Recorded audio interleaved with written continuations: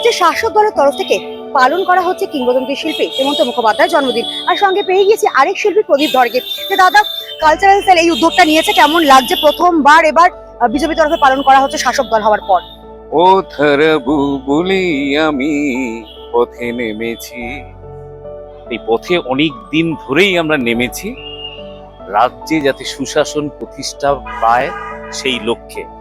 আজ রাজ্যের সুশাসন প্রতিষ্ঠা হয়েছে, মানুষজন বুক ফুলিয়ে নিঃশ্বাস নিচ্ছে, তারা স্বাচ্ছন্দ্য বোধ করছেন। তার মধ্যেই আমাদের হেমন্তবাবুর জন্মদিন পালন হচ্ছে। এটা তো একটা অসাধারণ পাওনা। কি বলবো, নৈরাজ্যের মধ্যে থেকে যে আমরা আজকে যে সুশাসনের মধ্যে থেকে আমরা এরকম একটা অনুষ্ঠান করতে পারছি, তার জন্যে কালচারাল সেল তথা সঙ্গে যারা সাহায্য করছেন তাদের সবাইকে ধন্যবাদ। আপনারা যে এসছেন, কভার করছেন, আপনাদের প্রত্যেককে ধন্যবাদ। এরকম অনুষ্ঠান হতে থাকবে, এইটুকু আমরা বলতে পারি। কিন্তু যারা বলেছিল যে বিজেপি মানেই একটা অবাঙালিয়ানা, মাছ ভাত খাওয়া বন্ধ হয়ে যাবে, মনীষীদের ভুলে যাবে, করতে দেবে না, তারা কি করলো? বিগত বছরে হেমন্ত মুখোপাধ্যায়ের জন্মদিন কতটা তৃণমূল পালন করেছিল? দেখুন, আমি একটা কথা বলি, যাদের মিথ্যে কথাটাই কালচার, যাদের টাকা তোলাটাই কালচার, তারা বিজেপিকে ডিম ভাতে মাছ ভাতে রাখবে না, বিজেপি তাদেরকে শুধু নিরামিষই রাখবে, এই সমস্ত অপপ্রচার ছিল। সেটা পশ্চিমবাংলার মানুষ তার উত্তর দিয়ে দিয়েছেন।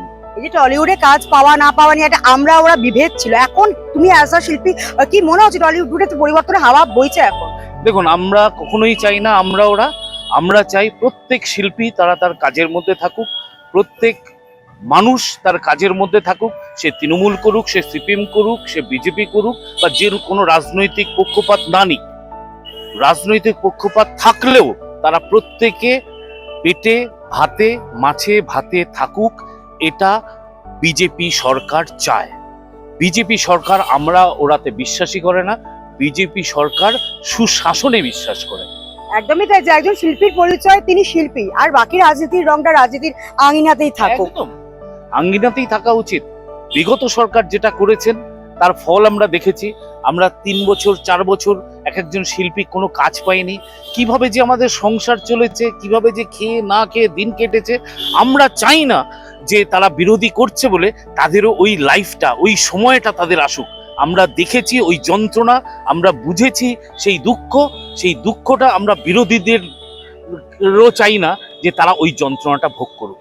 একদমই তাই, অনেক অনেক ধন্যবাদ কথা বললাম প্রদীপ ধরের সঙ্গে। আগামী দিনে এভাবে টলিউডে আরো কাজ হোক, আরো বাংলা সিনেমা দর্শক হলে গিয়ে দেখুক, এটাই কিন্তু চাওয়া। ক্যামেরা সমীরের সঙ্গে আমি পল্লবী, টুডে স্টোরি, কলকাতা।